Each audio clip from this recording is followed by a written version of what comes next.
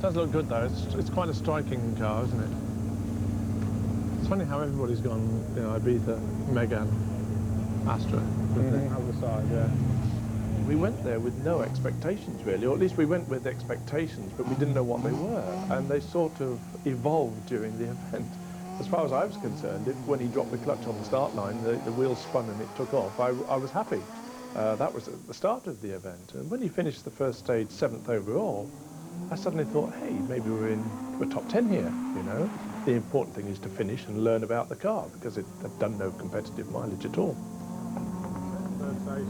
First competitive stage completed, yeah. Done completed. What was that time? What time did it do? What time?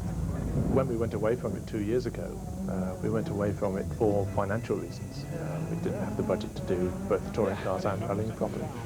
And with the launch of the new Astra, it seemed like a good reason, or perhaps excuse, to come back into something we really didn't want to go away from in the first place. So we took the opportunity to present the ideas, and they were well accepted.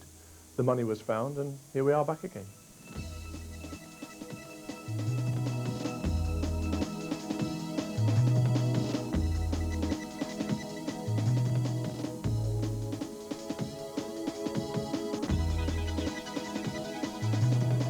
The timescale for this project was about as compressed as you can get in this business, particularly with the pressure of having to get the car homologated and the parts homologated prior to the start of the season. So we were in a situation where we had a brand new car which hadn't even hit the showrooms, and so we were working with basic CAD data back in October, converting that into working drawings, test rigs, jigs, manufacturing prototype parts, testing those, and then building sufficient parts for the homologation, and then having done that, building the first car to test, and then getting the first Vauxhall car out for the Rally of Wales. So it was a very, very compressed timescale. I don't believe it could have been done any quicker. As their rally engineers, front-wheel drive engineer, since 1984, and this is the first time we've ever actually produced a rally car prior to the car being in production in the UK. And certainly before it was launched in the UK, and it was very, very difficult. Traditionally, what we've done, that's all rally cars. You take a production-based car and you adapt it into rallying. That is the basis of Group A. For the first time, a rally team actually had a highly skilled race car designer in-house designing the components to its optimum. He brought in things like FE analysis, which we hadn't used in the past. It had been sort of, I won't say cars were built like blacksmiths, but I mean, this time there was a controlled technology, and you felt that all the way through the car. Everything was stressed and calculated out first before it was produced. Certainly there's a lot of engineering thought gone in behind the design of components. We have quite a lot of technology behind us, computerised models. Everything is sort of technology-based that we're putting in there. This isn't sort of tried and tested things. This is quite a detailed understanding of the car. And that's the main emphasis and drive that we have. Really, we didn't have time to do anything twice. So whatever went down on paper, we had to commit to and work hard. Therefore, we had to understand sort of the engineering reasons behind that and be right first time, every time. And you know, just go for, you know, maintain a focus and actually just hit the deadline. I think it was important to have an experienced element in the team, because the design team perhaps are more used to designing race cars than rally cars, and there has to be, if you like, a steadying influence from an experienced viewpoint, because very often rally car technology is perhaps a wrong word to use, but a little more agricultural than perhaps touring cars or racing cars. It has to be very strong. And you need this understanding. And I think the team that they've got together is a perfect balance with experience and young enthusiasm.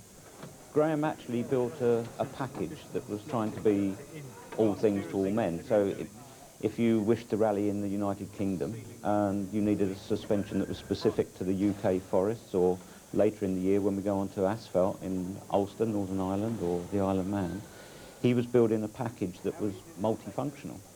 A bit concerned about all those pipes coming out the airbox like that either as well. It's all a bit close and tight, isn't it? Oh, Christ. I mean, you know, it'll evolve and it'll develop, but I mean, at the moment, I'm a bit concerned just getting through this rally.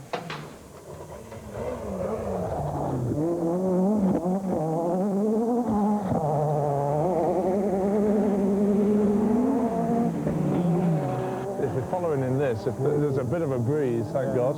If it's like this sometimes, if it's still, it gives the number one a heck of an advantage, but that's clearing all right. You're way too fast, aren't they? I know. You think, they're never going to stop. That's right. I think it was the first proper rally that Ray had been on, and I think he was absolutely gobsmacked, to be honest with you. I don't think he could believe the speed of the cars in the forest. I think most people think that, you know, cars on loose surfaces are not going to go that quickly, and these things were absolutely flying. The new kit cars to the latest specification, absolutely flying. And I think he was a bit taken aback by it all. I thought, bloody hell, isn't it going quick? I was very proud to see it up there setting competitive times out of the box virtually. So I think those are my thoughts, but they do certainly get around very rapidly, and it's amazing the pounding that they go through. But for us to build a car from scratch and got it on the pace at the first rally was very satisfying for me.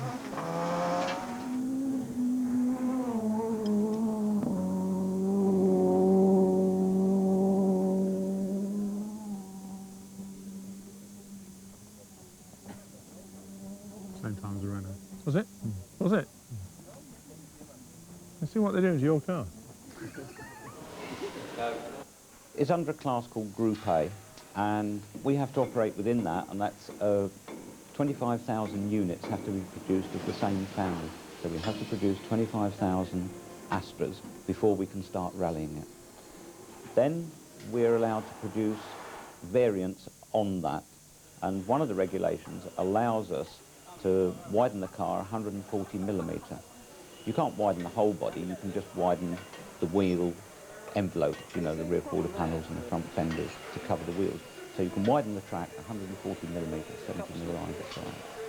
Suspension is relatively free, but that's on the grounds of safety.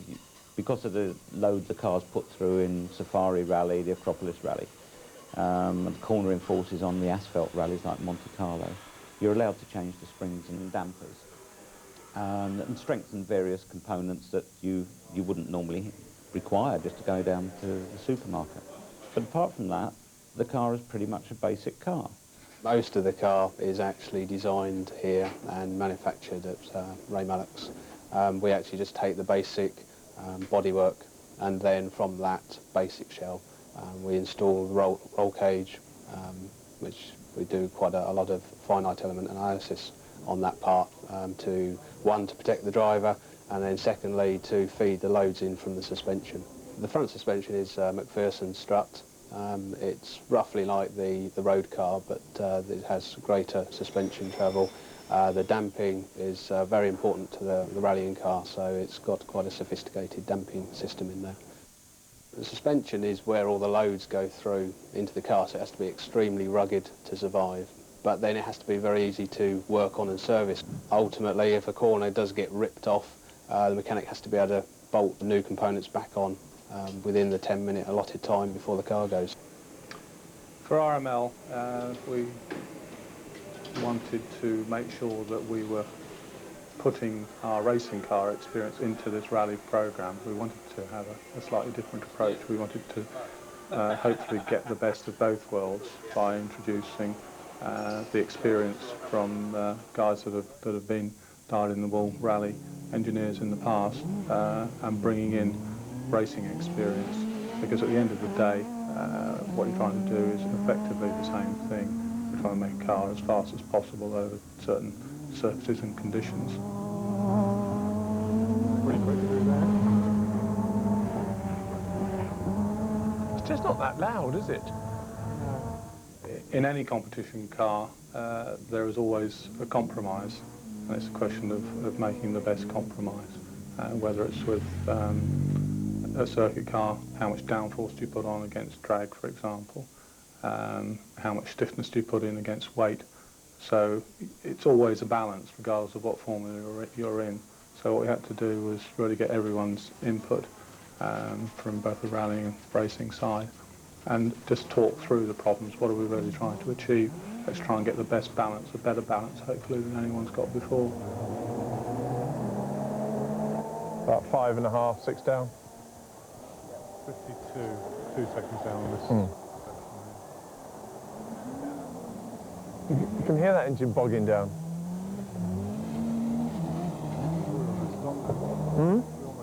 Yeah. We obviously have to, for rallying, have to look at the way the engine's going to be used, and the variant types of use for the engine is a great difference to circuit racing. So there are 2 specs of engine, one for tarmac, one for gravel. Depending on traction, the engine is needed to have a much peakier, more powerful engine for more higher grip surface, and on the lesser grip surface, the engine's more tractable, slightly less power, but we have a wider spread of torque.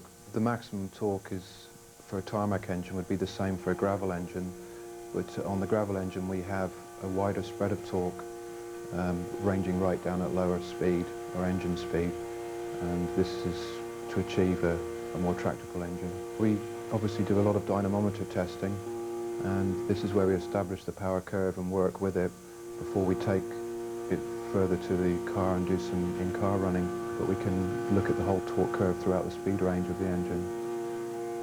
We've got the map which should compensate for all the temperatures. All right, so we've got the right correction factors for the various sensors then. And that should all take care of itself with the engine management. It should all correct itself on the day. Oh, that'd be good stuff.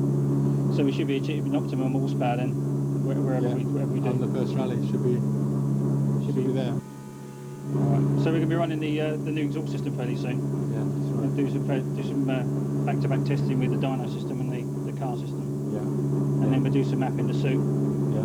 And we should be able to get it optimised for the car then. Yeah, that'd be good. It's arriving? It's just arrived today. Yeah? What's it like? It's a nice piece. It's all carbon fibre. Oh, right. It looks really good. So it Did the matches job up. well. So it matches up with the scuttle and the filter arrangement. Yes. Yeah. Yeah? I think it should work quite well. Oh, good. So we should be able to run it on the dyno fairly soon then and give it a try out. Test. Yes. With a rally engine, the performance is a trade-off against reliability, so we have to design parts to be very robust and take some quite heavy abuse. We have very little time to produce the prototype parts and develop them, and then look at the lead time for producing them to go rallying afterwards. So we have to put a time limit on development. So we do machine and manufacture a lot of the components in-house as a one-off or two-off. We've been building and designing engines for 26 years. And I think we have, a lot of experience with rallying and what's required from an engine. We have people that have been here with our company for many, many years and have worked on some of the initial program, yes. This is very helpful to keep the continuity. Well, basically they're a lot smaller, more compact, a lot less complicated. It's all new this particular time around, It's the first time we've sort of done something that's going rallying straight away, whereas suppose, it's been developed a little bit first. So we'll have to wait and see, but, confident of the engine. Confident of the engine. That won't be a problem. Generally, the whole engine is quite strong. With a rally engine, the performance is a trade-off against reliability, so we have to design parts to be very robust and take some quite heavy abuse in car, over-revving, and when the engine goes from very high RPM down to very little RPM in quite a quick rate of change. This is a big problem for any engine, but a rally engine is designed to take this. Right, with the bore scope, we look inside the bore of the engine and we look for any signs of detonation, contact of the piston to the head, and just the general condition of the cylinder bores. We can turn this round and we can check out the valves as well, see the condition of the seats, and it tells us a lot of how the engine's been running. Obviously, with the engine management systems of today, they're very complicated. They need monitoring all the time, and this function can only be done by following the car and engine wherever it's going. And we have one guy who engineers this and stays with the car in testing, rallying at the workshop. He follows the project. the Astra is the star. But behind it is a pretty large team purchasing, funding the vehicles. You've got to kit out your service van. They've got to have all their wiring and generators, racking, shelving, everything in there. And of course down to the obvious kettle. But I mean, it's got to have a power point wired in, generators put in. There's a lot of work goes into the 3 service vehicles that we're currently running. And the spare parts have got to be stocked, they've got to be sourced, they've got to be manufactured. I think my role in the project is really just to stand back and oversee what's going on, to make sure that the right procedures are being taken care of, that we've got the right kit, the right budget, and the whole project is moving in the right direction. It is very different. I mean, this is the biggest difference, really, in going around. The engineering, there's an awful lot of parallels, but the actual running of the team is very different. So, for me, it was a question of watching and learning how it's done, and I was quite amazed by the amount of detail that has to be put into it, and just the logistics of getting guys from A to B and making sure that they're in the right place at the right time with the right tyres. So that's a huge area on its own, and we're very fortunate to have guys who are really good at doing that. It's when they're under stress that you notice any cracks there may be. It was almost as if they hadn't been away. Individually, perhaps they'd done events for other manufacturers, but they hadn't actually worked together as a team before. And to see them just dive in and get straight on with it, it was obvious that we've got a really good team on our hands.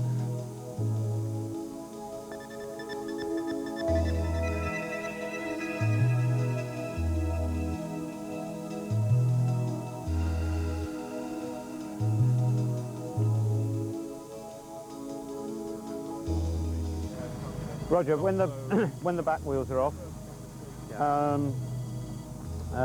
need to adjust the dampers, so just keep an eye on before the wheels go back on, all right? Okay, John. How many? 13 now. 13, okay, so... I call it 12 now, brother. All right, 5-2. 12 minutes, lads. When you can have the bonnet up. Anybody got a small screwdriver I can do the dampers with? Well, prior to the arrival at a service area, I will have probably spoken to the driver at the end of the previous special stage. Or he may have radioed, and the co-driver may have radioed a special requirement. On the Vauxhall Rally of Wales, we didn't have any dramas. Everything gelled together, and we were very fortunate. You could have the situation where the driver's clipped a rock and deranged the front suspension, so he will describe it to me. I'll relay that information to the chief mechanic, and he can then deploy his mechanics accordingly. And the yeah, and the damper. Yeah, okay. We used the Armo in the last year before we pulled out in '95, and he was very quick, a little over-enthusiastic at times, 1 or 2 accidents, not always his fault, but was showing tremendous potential. It would have been nice to have had a British driver, but they were all engaged elsewhere. So we decided we'd go for Yarmo. He was very keen to come back and be involved in the development. And for sure, he's done a fantastic job so far. He's the only driver at the moment that's got an A seed in the British Championship, and that's a plus for us. He's got World Rally experience. He has experience of driving other Formula 2 cars and also 4-wheel drive World Rally cars. He's brought an awful lot to the team. His experience has paid off dividends into the car. And I think it will as the year goes on, and we learn from him. And as we run our test programme and he does our testing for us, then that will all feed back to us. What did you lose with the puncture? Do most of the stage with it? Yeah. And we was on the road all the time, and just went, unfortunately. I think the feedback is just different, really. It's what you have to rely on in rallying to get the best out of the car. Yarmo is an excellent test driver, as well as a competition driver. He has a superb feel for the car, and he's very consistent in his feedback, which is what you need. But yes, it is different.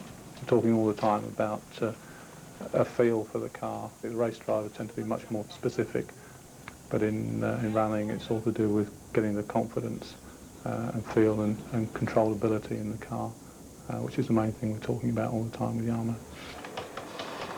We've got the things coming down over the front door. Yeah. We've got to bear in mind we've got a rally plate to go on there. You know, I don't know what you think visually it's going to be like with a plate over the sharp end of the The colour scheme is borrowed from the touring cars, so we keep the family theme there, and I think it works very well on the Astra. A rally car has to say, look at me, you know, I'm an exciting vehicle. It's got big arches, wheel arches, it's got big wheels, and it sounds good, and it looks good, and it captures the imagination. People want to aspire to something like that. They aspire to owning something of that nature. And if they can't own that, the next best thing they can do is to own an Astra on the road.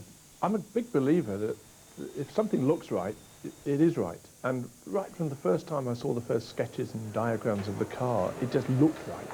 The wheels were in the right place, the wheelbase is right. It's not disappointed. I think something which looks good tends to be good in its performance. The car arrived at Wales for its first rally 5 o'clock in the morning. I think it turned a wheel for the first time at 2 o'clock in the morning. And having satisfied themselves that it actually did work, they put it in a trailer and brought it over. We had invited 20 of the country's top media along to its media launch the day before the rally. So it was important, having invited everybody and had them turn up at the hotel the night before and have dinner, that we actually had something to show them the next day. And, luckily, as I say, it did arrive, it worked. Didn't work terribly well, but the average person in the street wouldn't have known that. I think at the end of the day there's no substitute for getting yourself up against a rival. You can thrash all around in the forest in Wales all day long, looking at the stopwatch and the conditions are changing and yeah, maybe the track's getting faster and that sort of thing. So unless you're actually up against the opposition, it's difficult to measure what's going on. So being out there in a competition is the only real way to sort out what direction you're going in.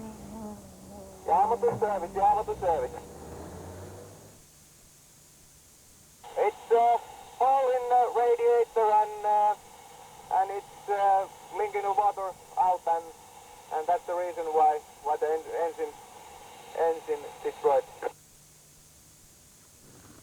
Yes, I think it's flowing oil from the pipe. It's a lot of smoke. They hit something. I was shattered. You know, it's fatal, isn't it? I'd relaxed into thinking, we're on here. I mean, the car was lying 5th. By the time it went out, it was actually lying 4th. In hindsight, we know that the Volkswagen went out, so that would have been a podium. And I was really fooled myself into thinking, yeah, we're there. But I should have known better, because many times in my experience, we've sort of done the last stage and then had a problem and not finished the event. It was interesting to look at different faces and different expressions. They'd taken it in different ways. The experienced ones just were philosophical and went, that's rallying, wonder what it is, wonder if we can get to the car. Those that were in charge of the coordination were looking at the various ways that we could actually attempt to get to the car where it was stranded in the forest. Unfortunately, it was in a place on top of a mountain, there was no access to it, so we just had to wait and bide our time. Your mind is racing to think what you can do to repair it, but you've got to trust the driver was an experienced driver and he knew what was wrong with the car and we were out, and that was it. What do you think, Brian? I really don't know. I mean, obviously the engine would be rebuilt. Oh, yeah. Manually anyway, so we'll find out. And it will be logged and... I believe it can beat them consistently. And I'm hoping and expecting that we'll be able to do that by the end of the year. The good thing is the car is still in the early stages of development. So I'm confident that for next year we can be serious championship challengers. We didn't really know what to expect. We'd never done anything like this before.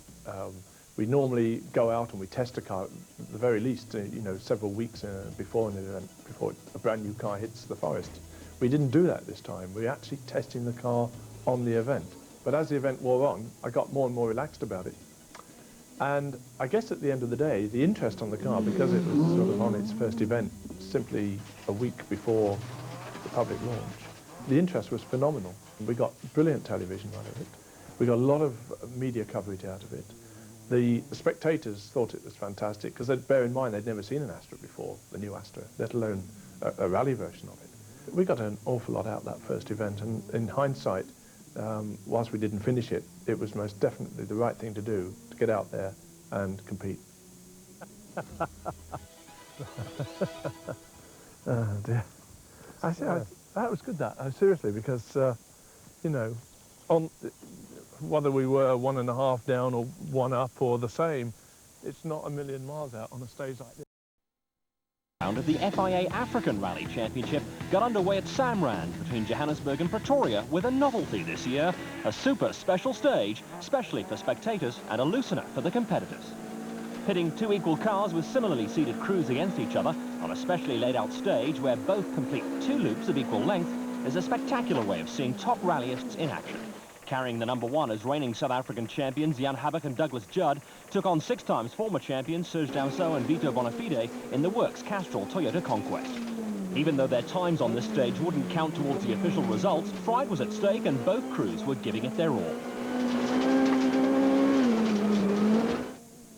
At the end of their run, Habak and Judd in the Works Volkswagen Golf beat the Toyota crew by a few seconds, giving early notice of their intentions. Paolo Piazzamuso and Nick Haddon in the Sasol Ford Escort took on Etienne Lawrence and Robert Paisley in the Team Total Toyota Conquest, with a lot of interest focused on the battle between the 2 Class A8 teams. Lawrence and Paisley were running with a disadvantage, having only been able to test their car on the way to the start after extensive repairs had to be carried out following a huge accident in the previous round, the Stannic Asset Finance Rally in the Western Cape a month before. The car wasn't going as well as it should have, and the Sasol came out on top. In Class A7, the foundations for another personal battle were being laid with the Team Total pairing of Barry Krobelaar and Mike Burrows taking on Chart van der Walt and Cindy Harding, both in Volkswagen Golfs. There were some doubts before the start of the Stannic Rally about Van der Walt and Harding's participation due to a lack of funding, but a last-minute sponsorship deal made it possible for the pair to bring their GNT Golf to the event. Another fascinating battle in store, the one between Class A6 Championship contenders Jürgen Fecken and Dave Lukowitz in the Dunair Toyota Conquest, and Jean-Pierre Damso and Pierre Aris in the Team Total Conquest. Fecken and Lukowitz were second in the class championship and Damso and Aris third, and enthusiasts were licking their lips in anticipation of a great battle between the youngsters, both of whom have strong rally backgrounds. After round 2, Damso was leading overall and in Class A8, Van der Walt leading A7, Dean Sanders N2, Alan Worms N1 and Craig Trott in A6. Well, you know, the most important is to score as much points as you can, and if we can score good points again on this event, hoping winning the event, but second or third will be good enough still. The start of the rally proper, and a huge crowd was at hand to watch the second running of the Samrand Super Special Stage, with the cars leaving in their reverse order. With the light fading in the early dusk of a Highveld autumn evening, it wasn't surprising that Samrand took some early casualties. Dirk Badenhorst and Fani Bierkus misjudged a corner and parked their VW City Golf firmly on a bank, destroying the suspension in the process and retiring on the spot. As darkness set in, the powerful rally spotlights came into their own, although dust was causing a few problems where the cars pulled next to each other through some of the tight corners. In Group N, the performance of Hannes Grobbelaar and Dave McGregor in their Bridgestone Nissan Sentra was eagerly awaited. I hope we're going to have a good rally. The car is well prepared, and it's a long event, and I've always done well on this event. And we'll play it off the cuff and see how it goes. The real rally starts only tomorrow, and Friday is a long day. So we'll see.